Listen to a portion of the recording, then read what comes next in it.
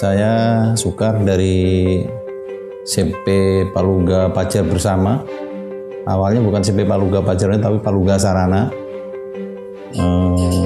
Setelah sekian tahun, kalau nggak salah berdirinya itu tahun 1993 atau 94. Awalnya kita bikin CP memang tidak ada niat, karena waktu itu mau bikin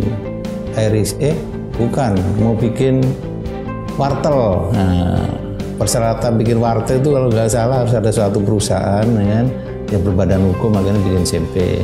Bikinlah CP. Waktu itu memang wartel masih jarang, kita berjalan wartel kurang lebih 3-4 tahun. Nah, akhirnya dari perusahaan yang ada tuh kita urus dokumennya untuk bergerak di bidang lain, yaitu bergerak di bidang konstruksi. Setelah bergerak di bidang konstruksi, karena tuntutan persyaratan untuk mengikuti lelang dan lain sebagainya itu persyaratannya harus lengkap. Jadi kita ngurus surat-surat pendukung, termasuk tenaga ahli, terus surat SIUP, ya kan, SIUP, SPU dan lain sebagainya. Itulah kita mulai bergerak di bidang konstruksi dan kerjaan landscape.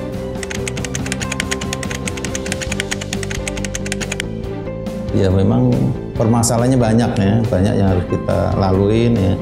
Yang terus itu adalah permodalan sebetulnya dan marketing ya kan. Untuk kalian mungkin ada pendukung, jadi tim tenaga-tenaga yang profesional memang ada, tapi kadang-kadang kan nggak cukup dari situ.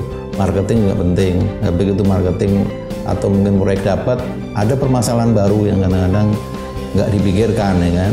Jadi masalah permodalan, karena setiap pekerjaan itu tidak selalu mendapat suatu pembayaran uang muka di depan, tapi kadang-kadang kita suruh bekerja dulu baru nanti progres. Tapi juga kita melihat juga ya, kadang-kadang bagaimana nih ownernya ya kan, kita kan nggak boleh bekerja ya gitu aja kan. Jadi kadang-kadang pekerjaan ada juga yang udah selesai pembayarannya, mungkin bukan nggak dibayar, mungkin mundur-mundur, apalagi kalau kita berkaitan dengan pihak bank.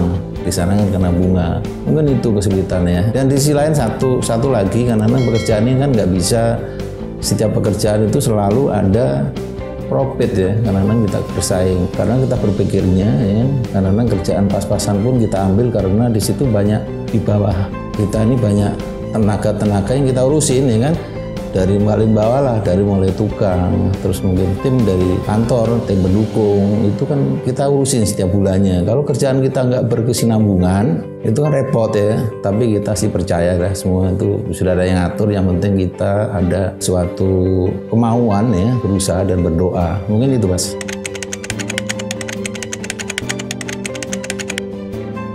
Ada banyak sebetulnya. Kadang-kadang pekerjaan itu jenisnya kan macam-macam ya. Ada sebagian yang sudah kita kuasain dengan tenaga ahli yang kita punya. Tapi kadang-kadang ada suatu pekerjaan yang berkaitan dengan paket tersebut, tapi kita timnya belum ada. Nah, itu kan kita perlu cari tim yang baru ya kan. Tim yang baru ini kan kita harus betul-betul mereka tahu persis apa yang mau kita kerjakan ini, kerja yang spesialis itu kadang-kadang. Nah, dari sisi lain, lelang suatu pekerjaan atau mungkin tender, itu ada beberapa pekerjaan yang udah kita bisa tahu harga dasarnya.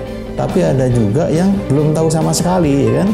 Padahal tuntutannya itu penawaran harus masuk dalam waktu yang dekat. Disitulah kadang-kadang kita ada suatu permasalahan, harganya kadang-kadang masukinnya pakai kira-kira, pakai ilmu awang-awang ya. Kalau masuk atau mungkin harganya nggak terlalu rendah nggak masalah, tapi kalau kita salah masukin harganya rendah ya kan, nah ini yang repot. Tapi kita juga tidak tanggung jawab apa yang kita sampaikan dan kita tawarkan. Apapun terjadi ya kan, biarpun harga nggak masuk tetap kita jalankan. Itulah suatu pengalaman sebetulnya, dan resiko. Berarti kedepannya kita harus lebih hati-hati cari supplier yang pasti, itu sebagai dasar pendukung untuk menawarkan suatu pekerjaan. Itu mungkin Mas.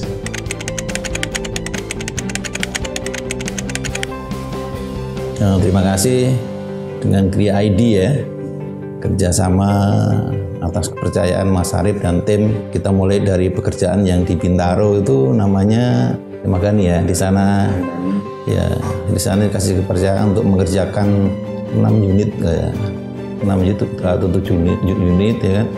alhamdulillah semua berjalan dengan lancar. Mungkin ada beberapa masalah yang kecil ya, tapi secara umum semua pekerjaan berjalan sesuai dengan rencana. Ya artinya dari sisi lain kita juga berharap ya, karena ini kerjasama dengan developer supaya kita juga lancar. Mereka kan butuh memasarkan produknya ya Mas ya. Jadi rumah yang kita bikin juga segera laku gitu loh ya. Setelah dari Bintaro kita dikasih kepercayaan yang di Bekasi ini, yang di Persela ya. Kemarin beberapa unit sudah selesai. Hari ini kita ketemu hari ini di kantor Persela ini untuk membicarakan tahap berikutnya. Alhamdulillah tadi sudah ada kesepakatan. Ya mungkin dalam minggu depan ini kita mulai lagi. Secara keseluruhan nggak ada masalah ya. Tinggal jadi dari sisi lain kita juga maklumin umpamanya ada keterlambatan dalam hal bayaran ya kan, kita paham ya, tapi kita kan udah ada udah ada kesepakatan tadi yang kita bicarakan bersama.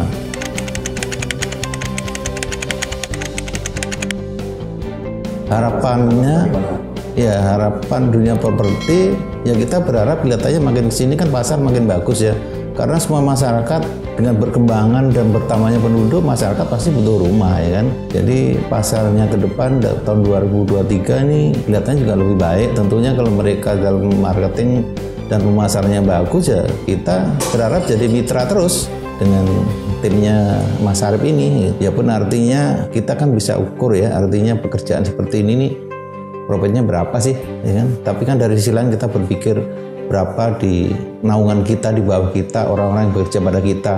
Dia kan butuh kesinambungan, biarpun kelas dari pembantu tukang mandor dan tim kita yang di kantor pun kan perlu kesinambungan ya. Itu yang penting. Jadi sebetulnya profitnya udah bisa diukur sebetulnya. Yang penting komitmen kita kan, kualitas waktu itu yang kita jaga.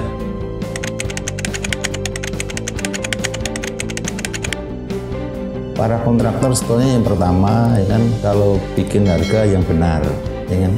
Karena apa? Karena harga satuan itu kan udah bisa kita lihat ya, tergantung daerah di mana kita bekerja. Karena dasar dari bikin harga satuan, bikin analisa, namanya analisa satuan pekerjaan. Materialnya ketahuan ya kan, upah setempat ketahuan ya kan. Jadi jangan sampai ada suatu kontraktor yang bikin harganya sembarangan asal ada pekerjaan. Itu kasihan sebetulnya kan. Mereka dapat pekerjaan tapi akhirnya ya gitu, dia tidak bisa berlanjut. Karena apa?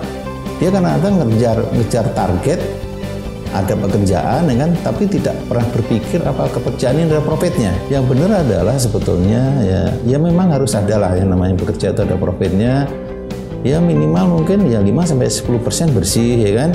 Karena kita kan modal juga pasti kalau proyek itu ada bantuan dari bank kan ada jasanya.